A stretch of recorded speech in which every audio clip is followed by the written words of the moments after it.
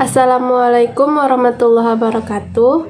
Perkenalkan, nama saya Dela Yunia Asni, NIM 2105111923, Prodi PGSD Angkatan 2021 Kelas B Universitas Riau. Di sini saya akan membuat video tugas ujian tengah semester mata kuliah biologi tentang tumbuhan tingkat rendah, lumut daun, dan lumut hati. Sebelum kita mempelajari tentang lumut daun atau Bryophyta dan lumut hati atau Hepoticophyta, ada baiknya jika kita mengetahui definisi lumut terlebih dahulu. Definisi Bryophyta. Lumut atau Bryophyta merupakan salah satu divisi pada tumbuhan tingkat rendah. Bryophyta berasal dari kata bryon yang berarti lumut dan phyton yang berarti lembab atau basah. Jadi, dapat didefinisikan bahwa Bryophyta merupakan tumbuhan yang dapat hidup di tempat-tempat yang lembab atau basah. Bryophyta termasuk ke dalam kingdom Plantae yang meliputi semua organisme yang multiseluler dan telah berdiferensiasi, eukariotik, dan dinding sel berselulosa.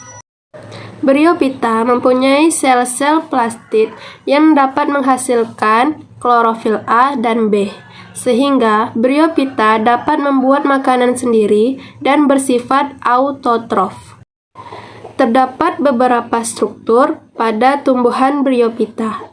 Yang pertama, kolumera, yaitu sebuah jaringan yang tidak dapat terlibat dalam sejumlah pembentukan terhadap spora. Yang kedua, seta atau batang. Yang ketiga, apofisis, yakni dapat diperlebar di bagian ujung dan dapat dilengkapi dengan sebuah kotak spora pada transisi. Yang keempat, vaginula, yaitu sebuah akar yang ditutupi dengan sisa dinding arsegonium. Yang kelima adalah calyptra atau cup, yakni dapat berasal dari dinding arsegonium atas menjadi cup kotak spora. Bryophyta mengalami pergiliran keturunan atau metagenesis. Dalam proses metagenesis ini, Bryophyta mengalami dua fase kehidupan. Yang pertama, gametofit atau haploid, dan yang kedua, sporofit atau diploid. Bryophyta hidup secara berkoloni. Berikut beberapa ciri-ciri dari Bryophyta atau lumut. Yang pertama, sel-sel penyusun tubuhnya mempunyai dinding sel yang tersusun atas selulosa, multiseluler, dan tidak memiliki pembuluh seperti xilem dan floem. Yang kedua, air masuk dalam tubuh lumut secara imbibisi, sementara hasil fotosintesis didistribusikan secara difusi, daya kapilaritas, dan dengan aliran sitoplasma. Yang ketiga, dinding sel terdiri atas selulosa. Yang keempat, mengalami metagenesis. Yang kelima, merupakan peralihan antara Talophyta dan Cormophyta. Yang keenam, permukaan luar tubuh dilapisi dengan lapisan berlilin yang berguna untuk menahan masuknya air dan mengurangi penguapan. Yang ketujuh, akar berupa akar semu atau rhizoid yang terdiri dari beberapa lapis sel parenkim dan berbentuk seperti rambut atau benang-benang. Akar itu juga berfungsi untuk menempelkan lumut. Yang kedelapan, zigot berkembang menjadi embrio dan akan tetap tinggal di dalam gametangium betina. Sperma diproduksi antheridium dan ovum diproduksi archegonium. Batang dan daunnya mempunyai susunan yang berbeda, yaitu yang pertama berukuran kecil dan jarang mencapai 15 cm. Yang kedua, selapis sel kulit yang beberapa di antaranya membentuk rhizoid epidermis. Rhizoid tampak seperti benang yang berfungsi sebagai akar dan menyerap makanan dari air dan garam mineral. Yang ketiga, lapisan kulit dalam tersusun atas korteks. Silinder pusat yang terdiri dari sel penunjang atau parenkim yang memanjang, tidak mengandung xilem dan floem. Yang keempat, silinder pusat terdiri atas sel parenkim yang berguna untuk mengangkut ari dan garam mineral. Yang kelima, pertumbuhan pada lumut, yaitu secara memanjang. Yang keenam, susunan gametangiumnya atau arkegonium ataupun antheridium yang khas, sering dijumpai pada tumbuhan paku atau Pteridophyta, terutama arkegoniumnya. Arkegonium adalah gamet betina yang berbentuk seperti botol dan mengandung sel ovum. Sedangkan antheridium adalah gamet jantan yang terbentuk bulat dan mengandung sel spermatozoid. Yang ketujuh, daunnya setebal satu lapis sel, kecuali ibu tulang daun yang lebih dari satu lapis. Sel-sel daun kecil mengandung kloroplas yang tersusun seperti jaring dan berbentuk sempit dan memanjang. Sporofit atau sporongoniumnya terdiri atas yang pertama, seta atau tangki. Yang kedua, vaginula, yaitu kaki yang diselubungi dinding arkegonium. Yang ketiga, apofisis, yaitu ujung seta atau tangki yang melebar, merupakan peralihan antara seta dan kotak spora. Yang keempat, kaliptra atau tudung, yaitu berasal dari dinding arkegonium atas dan akan menjadi tudung kotak spora. Yang kelima, kolumella, jaringan yang tidak ikut mengambil bagian dalam pembentukan spora. Yang keenam, sistem reproduksi bersifat metagenesis, yaitu reproduksi silih berganti antara seksual atau gametofit dan aseksual atau sporofit. Reproduksi seksual membentuk gamet jantan dan betina dalam gametofit, sedangkan reproduksi aseksual dengan spora haploid terbentuk di dalam sporofit. Siklus hidup tumbuhan lumut atau Bryophyta. Siklus hidup tumbuhan lumut bersifat metagenesis karena bergantian antara reproduksi seksual dan aseksual. Awalnya sporofit menghasilkan spora yang akan menjadi protonema. Dari protonema inilah gametofit terbentuk. Generasi gametofit ini punya satu sel kromosom yang disebut dengan haploid. Dan gametofit ini menghasilkan gametangium atau organ reproduksi yang disebut dengan antheridium pada jantan dan arkegonium pada betina. Gametangium dilindungi oleh daun khusus atau braks. Antheridium berbentuk bulat dan menghasilkan sperma berflagella atau antherozoid dan spermatozoid. Sedangkan arkegonium berbentuk seperti botol yang memiliki bagian lebar disebut perut, dan ada bagian sempitnya yang disebut dengan leher. Pembuahan atau fertilisasi sel telur oleh antherozoid membuahkan zigot dengan dua sel kromosom atau disebut dengan diploid. Zigot inilah yang merupakan awal dari sporofit lagi.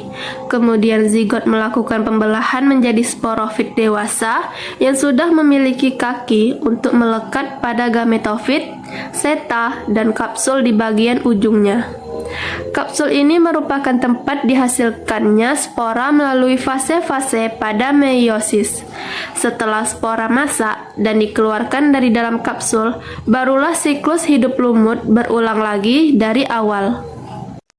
Klasifikasi tumbuhan lumut atau Bryophyta dibagi menjadi 3 kelas, yaitu yang pertama tumbuhan lumut daun atau Bryophyta, yang kedua tumbuhan lumut hati atau Hepaticophyta, dan yang ketiga tumbuhan lumut tanduk atau Anthokerotophyta.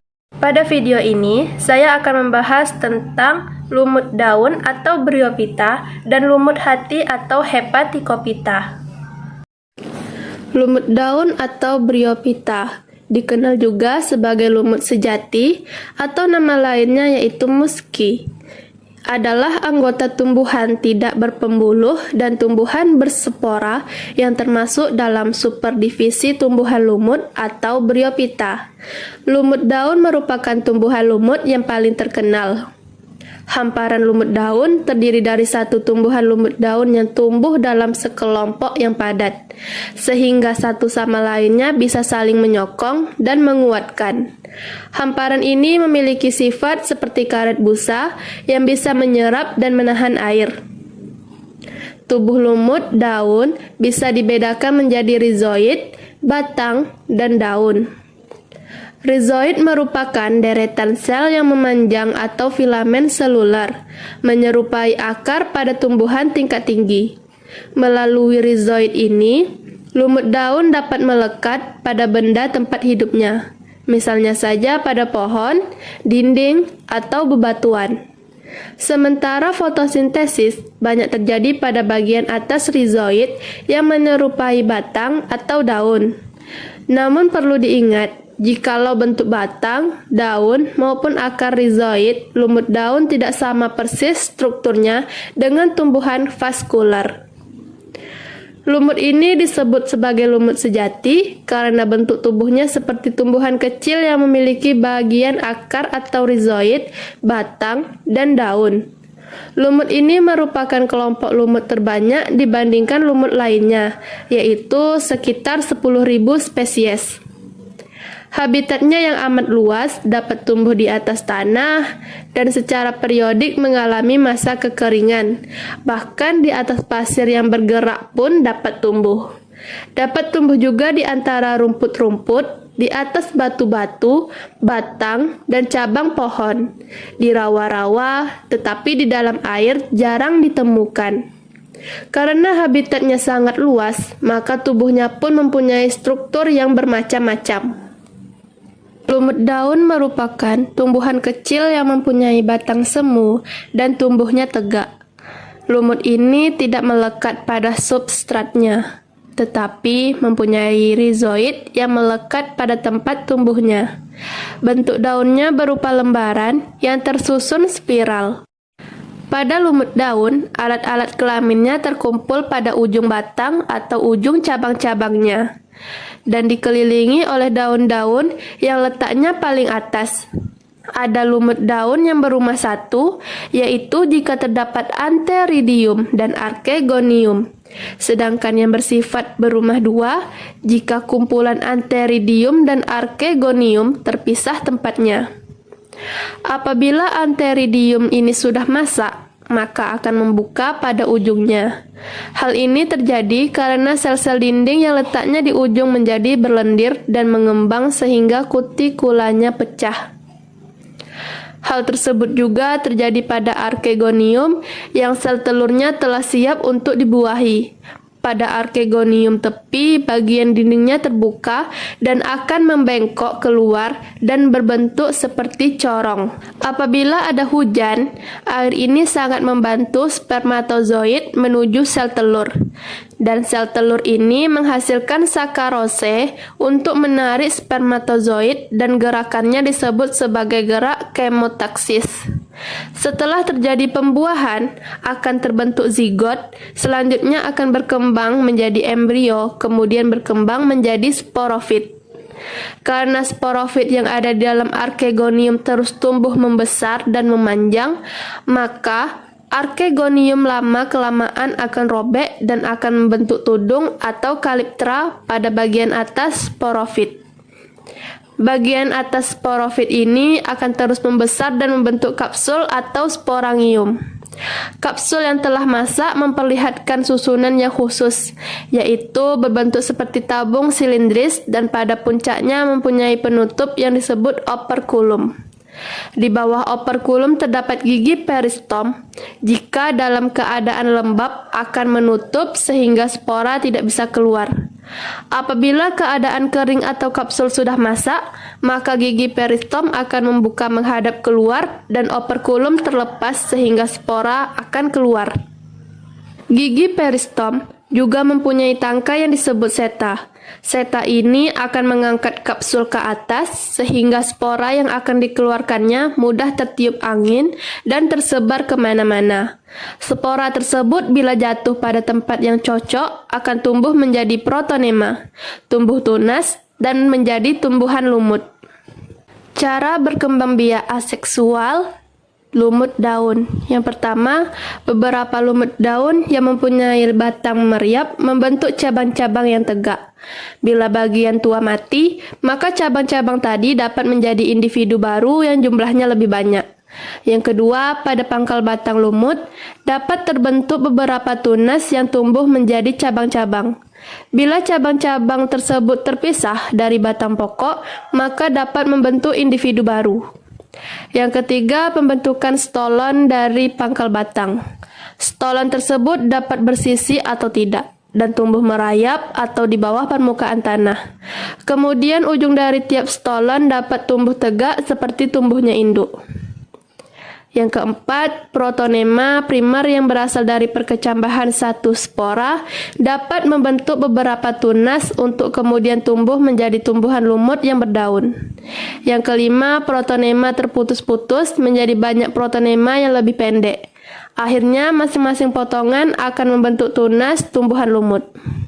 Yang keenam, tumbuhan lumut mempunyai daya regenerasi yang besar. Setiap bagian dari tumbuhan lumut baik batang, daun, maupun protonema dalam kondisi lingkungan yang sesuai dapat berkembang menjadi benang-benang yang hijau seperti ganggang, bercabang-cabang dan dinamakan protonema sekunder.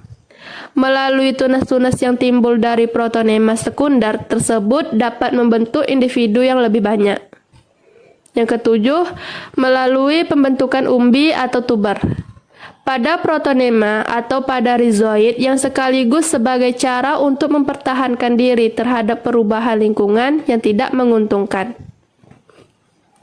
Yang kedelapan, pada lumut daun juga dapat dibentuk kuncup atau gema, misalnya pada ketiak daun. Yang kesembilan, lumut yang tumbuhnya merayap pada waktu kekeringan bagian ujungnya masih dapat bertahan. Bila lingkungan tidak lagi kering, maka dapat tumbuh kembali dengan jumlah individu yang lebih banyak. Yang kesepuluh, apospori. Bryophyta hampir tidak pernah mengisap air dari dalam tanah, tetapi justru banyak melindungi tanah dari penguapan air yang terlalu besar. Bryophyta merupakan tumbuhan yang berdiri tegak, kecil dan letak daunnya tersusun teratur mengelilingi tangkainya seperti spiral. Selanjutnya adalah lumut hati atau Hepaticophyta. Hepaticophyta merupakan suatu organisme yang memiliki ukuran kecil dengan bentuk tubuh yang pipih, mirip seperti lembaran dan memiliki lobus. Lobus sendiri merupakan suatu istilah untuk menyebut struktur talus dari lumut hati. Lumut hati tidak mempunyai bunga, akan tetapi masih dapat menghasilkan spora dengan bentuk kapsul. Jenis spesies Hepaticophyta sebanyak kurang lebih 8.500 spesies yang hampir dapat ditemui di seluruh penjuru dunia. Lumut hati atau Hepaticophyta masuk ke dalam kingdom Plantae.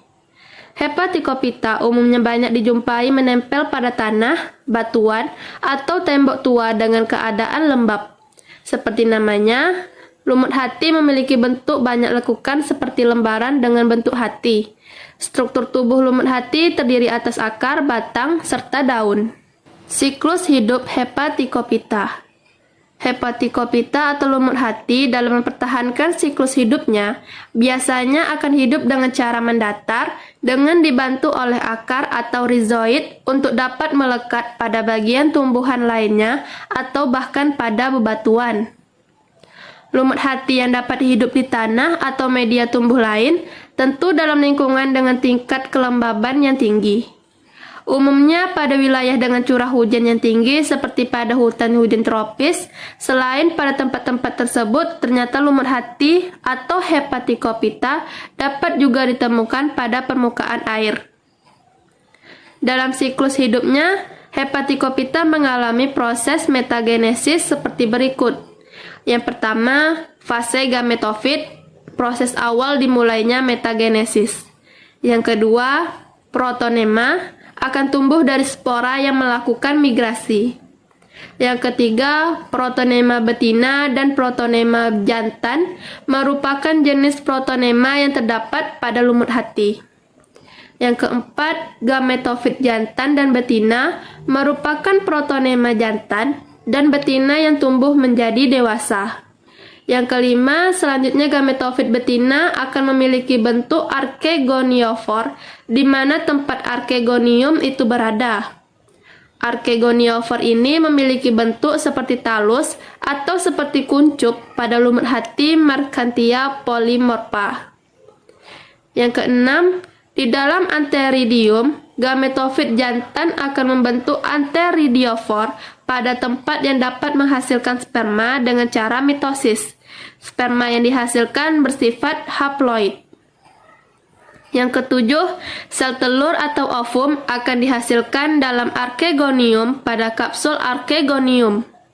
Yang kedelapan, selanjutnya sperma akan masuk ke dalam archegonium sehingga terjadilah proses fertilisasi dengan proses yang terjadi, yaitu sperma akan ditembakkan ke dalam archegonium. Yang kesembilan, untuk memudahkan sperma di dalam archegonium saat membuahi ovum, sperma pada lumut hati memiliki dua flagel. Yang ke-10, karena sperma merupakan haploid dan ovum juga haploid, maka zigot yang terbentuk diploid. Yang ke-11, di dalam archegonium, zigot yang berkembang menjadi embrio memiliki struktur dengan 3 daerah, yaitu kaki, kapsul elipsis, dan seta. Yang ke-12, di dalam kapsul indospora membelah dengan cara meiosis, menghasilkan spora haploid. Induk spora merupakan diploid, mengalami pembelahan secara meiosis 1 menjadi tetrad, lalu mengalami pembelahan kembali secara meiosis 2, membentuk 4 sel spora yang bersifat haploid. Selanjutnya, yang terakhir, spora akan keluar dan memulai kembali siklus metagenesis sebagai organisme baru. Ada beberapa ciri umum dari Hepaticopita. Yang pertama, bentuk tubuh lumut hati atau Hepaticopita berupa lembaran seperti bentuk sebuah hati dengan banyak lekukan. Yang kedua, talus membentuk seperti akar, batang, serta daun. Yang ketiga, seksual dan aseksual merupakan 2 cara lumut hati dalam melakukan reproduksi. Yang keempat, bentuk alat reproduksi lumut hati menyerupai sebuah payung.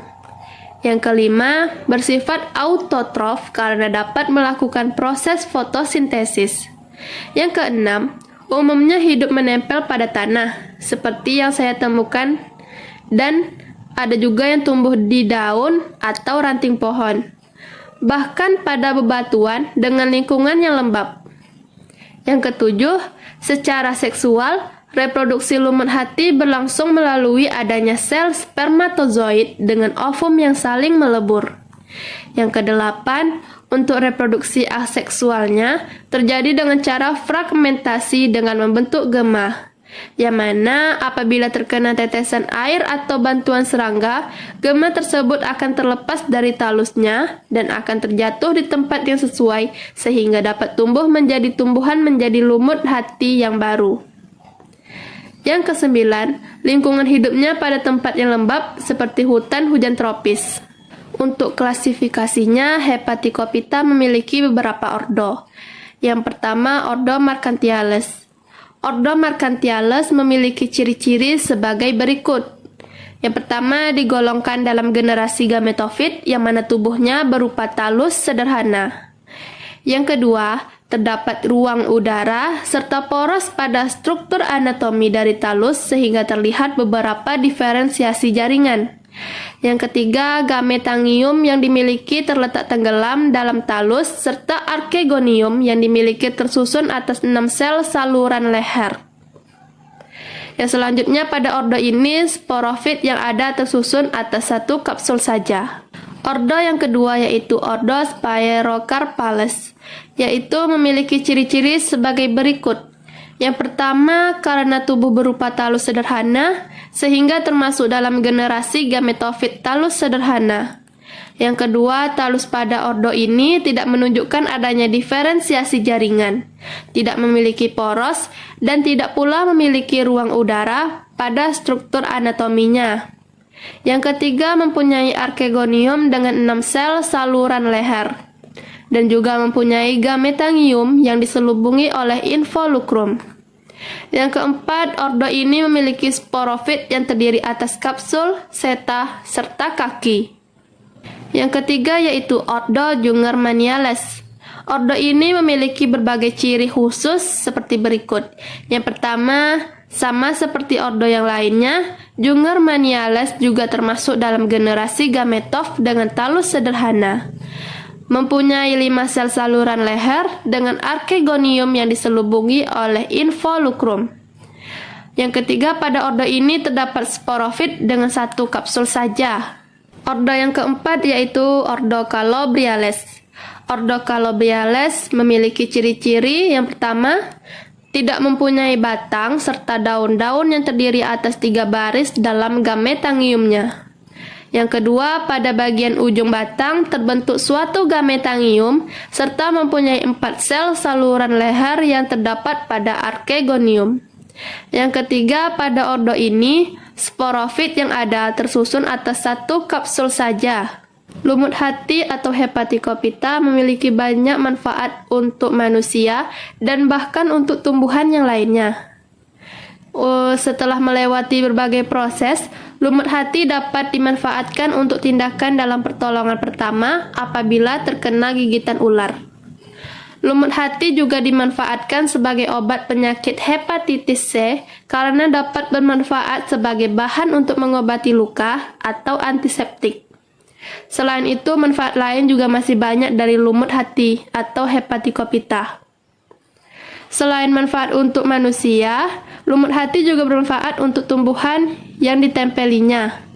Manfaat tersebut seperti dalam proses fotosintesis serta dapat pula membantu pertumbuhan tanaman yang hidup di sekitarnya. Hepaticopita juga bermanfaat sebagai pestisida. Karena di dalam lumut hati mengandung banyak bahan antioksidan alami yang bermanfaat untuk membunuh berbagai hama yang dapat menyerang tanaman seperti bakteri, virus, mikroba, bahkan serangga. Selain itu, perlu diketahui juga bahwa lumut hati bermanfaat dalam menahan erosi yang terjadi.